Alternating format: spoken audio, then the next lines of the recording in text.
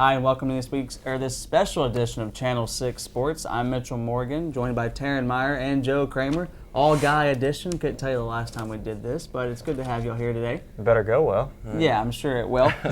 Okay, guys, the athletic season for UCA is almost over. Who is the team of the year this year for the Bears? I'm going to have to say the Sugar Bears basketball team. They won the Southland tournament. They made it to Louisville, made it to the NCAA tournament, and they just ran the table. They were great this year. Yeah, they definitely showed everybody else up, I gotta admit. Maggie Profit put up a lot of points for the Sugar Bears, and so, they have a pretty young team coming back and some experience. They made some good picks for next season, so I wouldn't be surprised if they have another stellar season next season.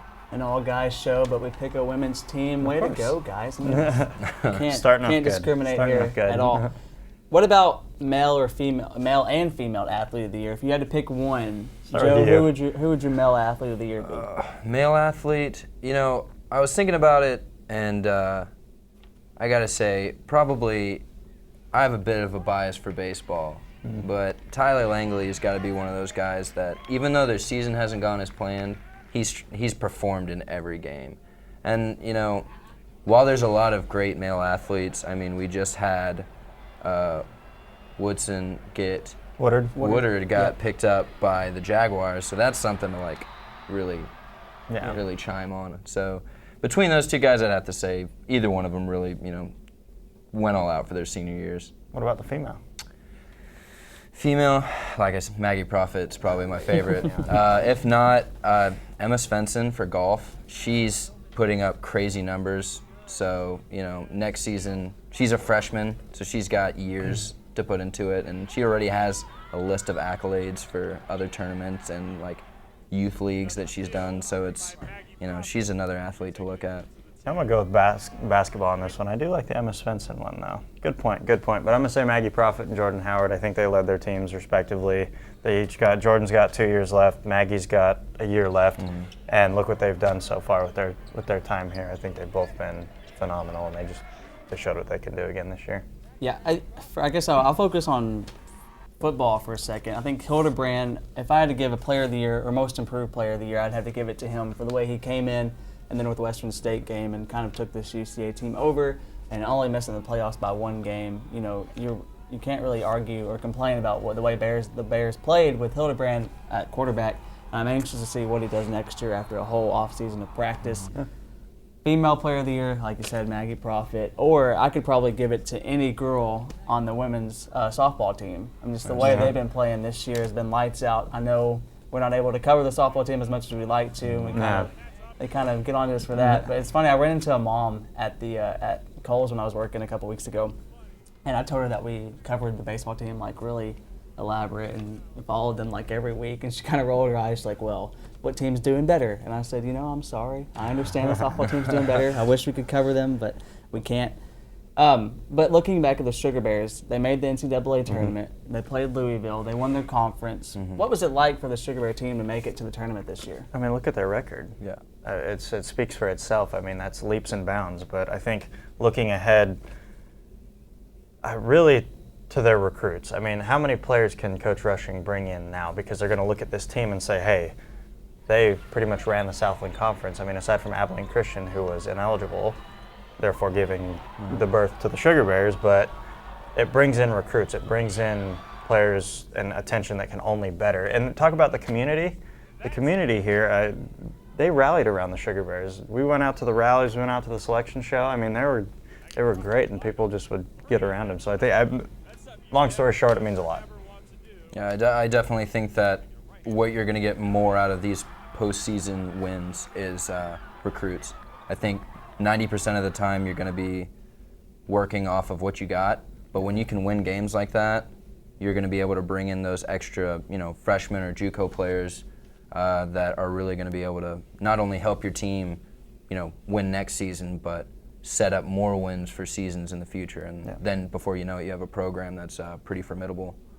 Do you think Coach Rushing is the type of coach that can take freshmen and JUCO players back to this same position next year? I mean, she did do it with Maggie Profit and some upperclassmen, but it looks like Coach Rushing she will get these great recruits in since they made it to the NCAA tournament. Do you think they can get back to this prominence next year?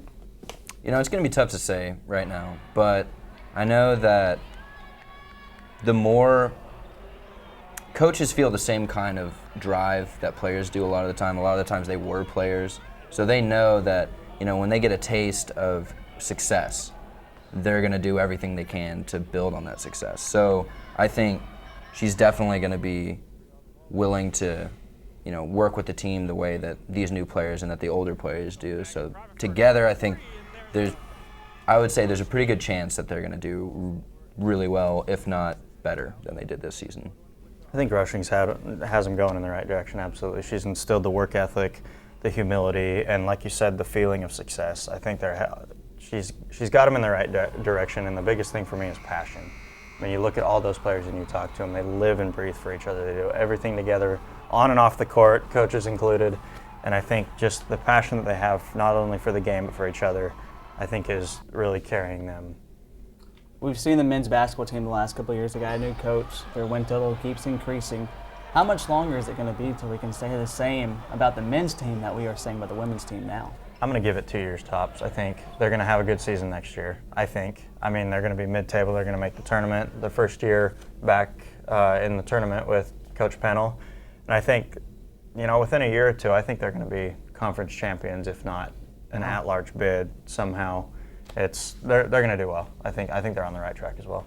Yeah, I got to admit that even this season, I had high hopes for the men's team, and they definitely improved in a lot of places. Jordan Howard, I've got to say, has absolutely killed it. Like, he's done a lot to drive other players who might not have done as well individually, but by having that, driving that catalyst on the court with them, it makes the other four guys on the court better. So I think, with the recruits that they've got coming in, with the momentum they have going into next season, while the record might have not been great this season, I think I'm going to be a little more hardline on, I'd say 5 years max before they're making real waves in the SLC. Because those guys, they've got the height and they've got the, the skill, and they've got draftees coming in that they've picked up. I think it's only a matter of time before they start playing like they look on paper. And you mentioned their recruits. They've got a kid from Kansas City coming in, Parnell, and he is just an athletic. He played football. He was all-state football, state basketball. He chose basketball, and I know Coach Pennell is ecstatic to have him. Coach Pennell's talked about this team as a work in progress the last couple of years. Give him a grade on how he's done so far at UCA. Do you like what you're seeing from the Bears?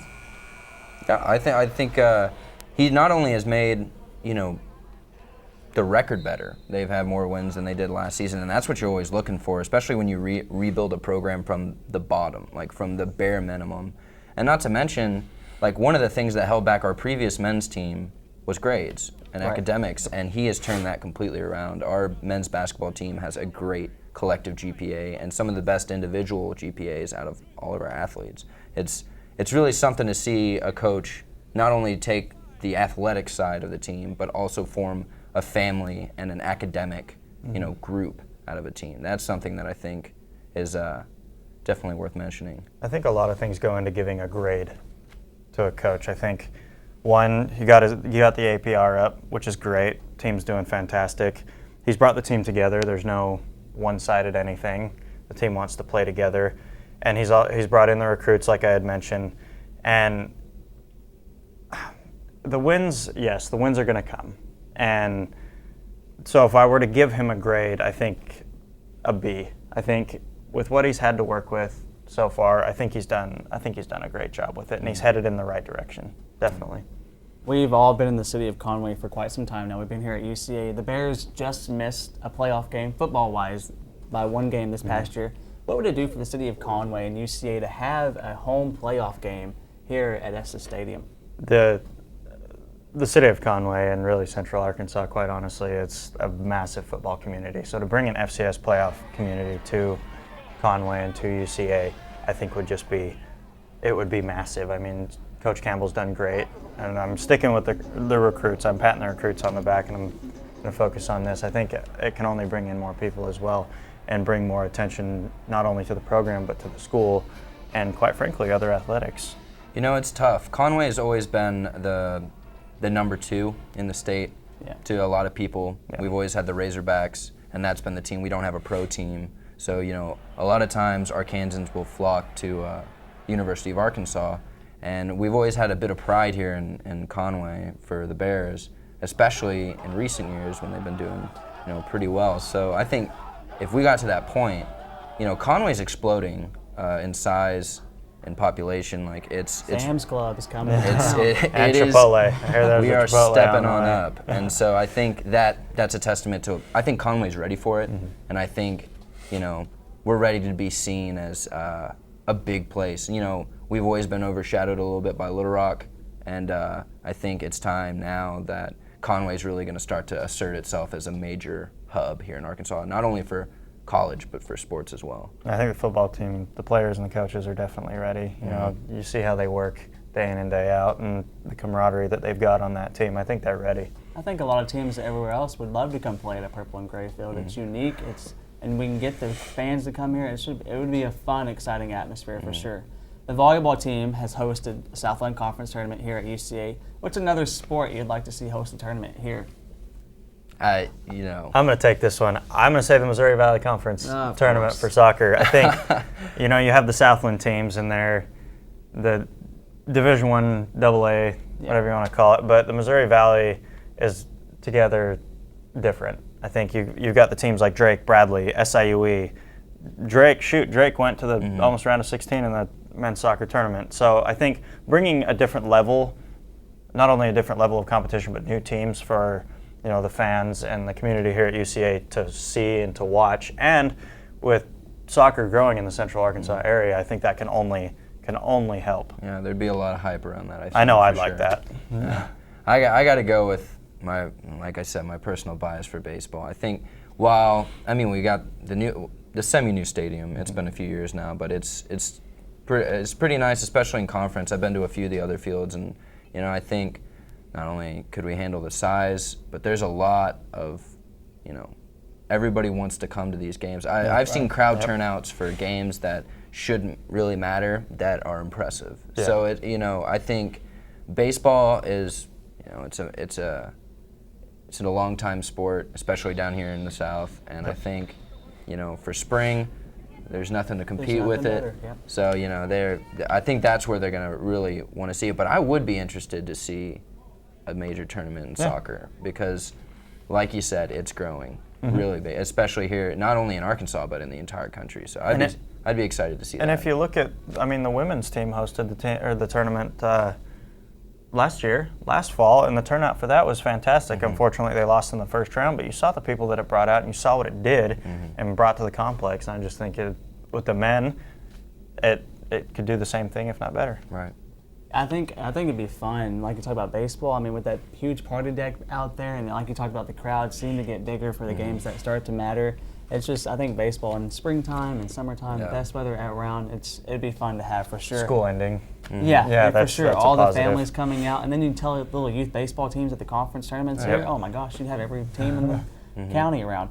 Let's switch gears here a little bit. We are media students.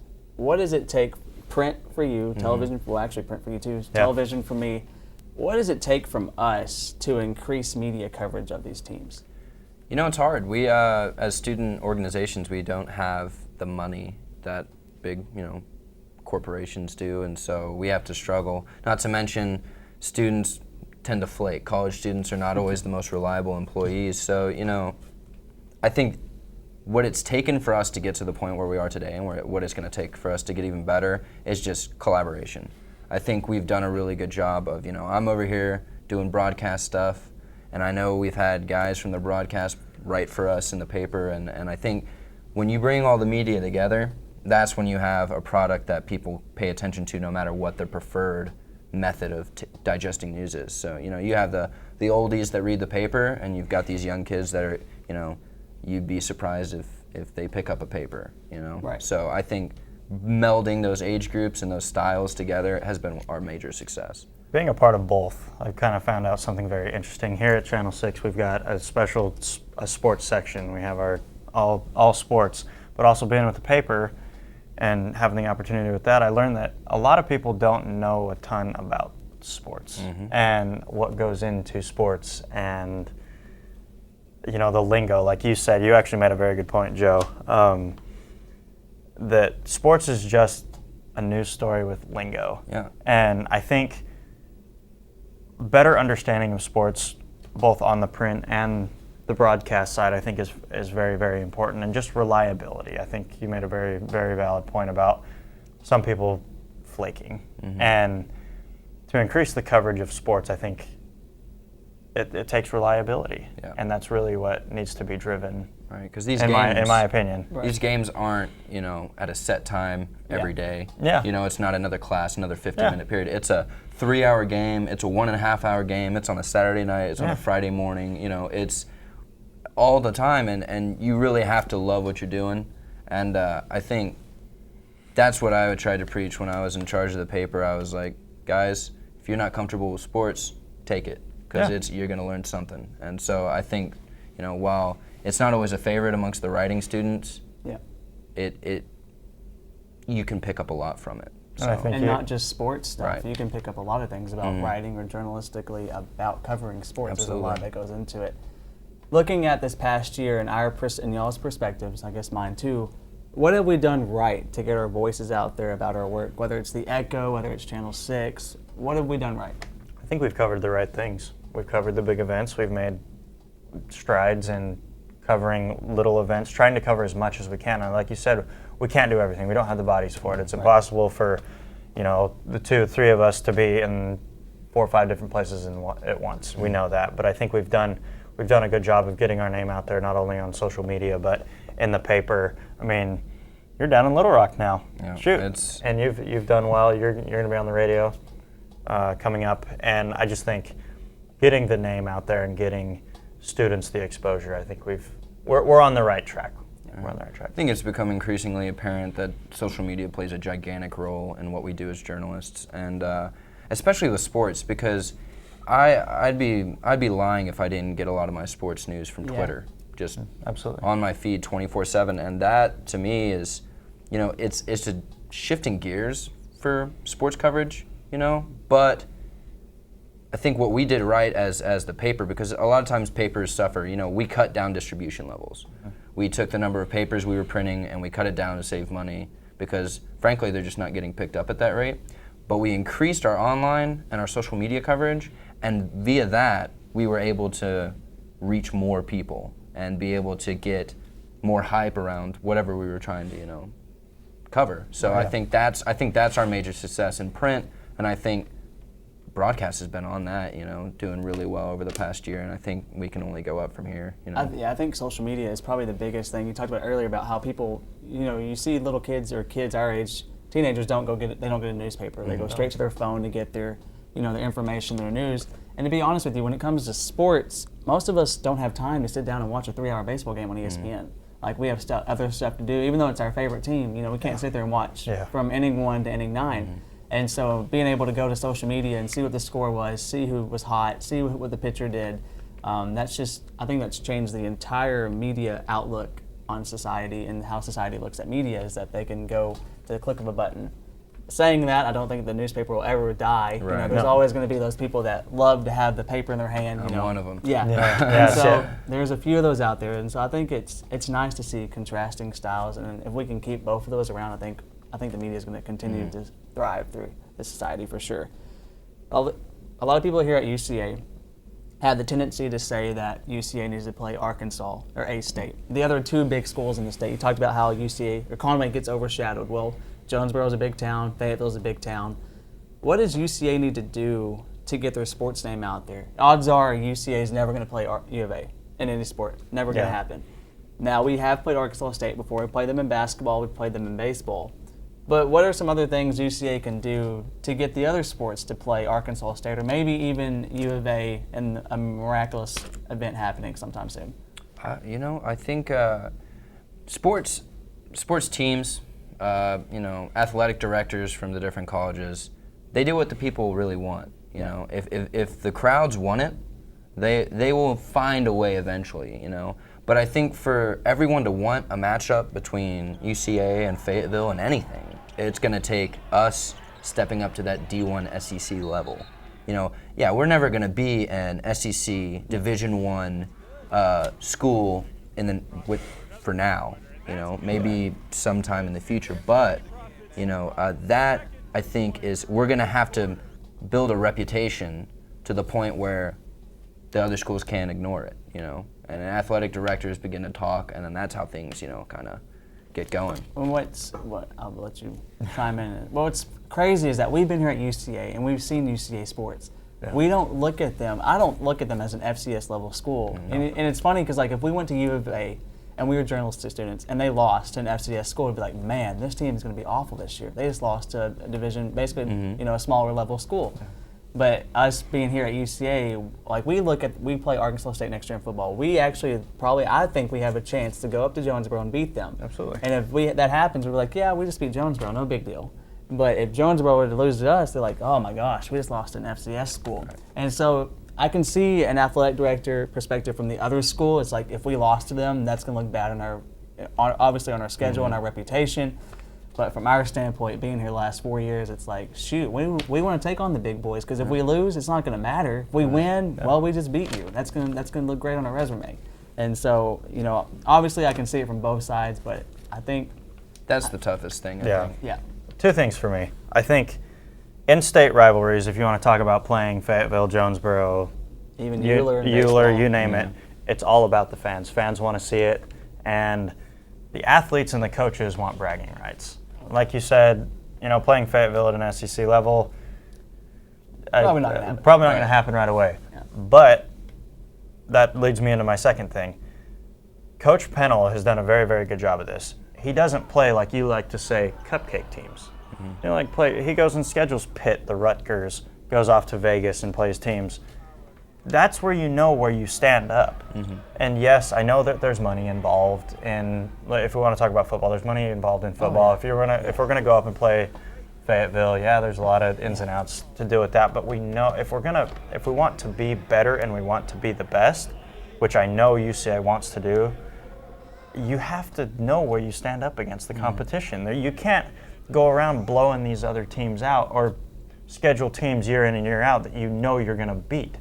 You need to go and stack yourself up against the best of the best. If you lose, you know where you're at. What can you do better? That's what I learned. Sadly, college sports has become more of a business than an actual game. And that's what's sad about sports these days, that people are looking into the money aspect of it. What is the fan ratio going to be? How much are we going to make off this? What's the profit? What's the marketing like?